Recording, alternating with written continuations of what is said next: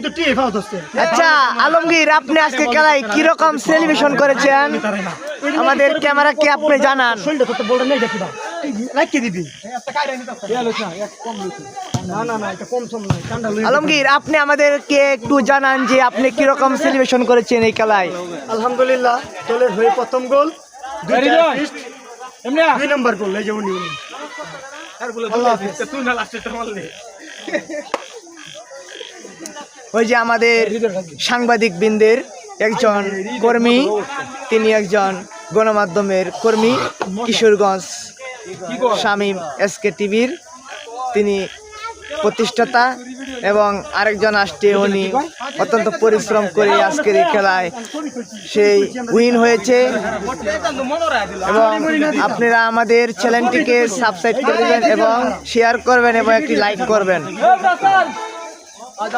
আমরা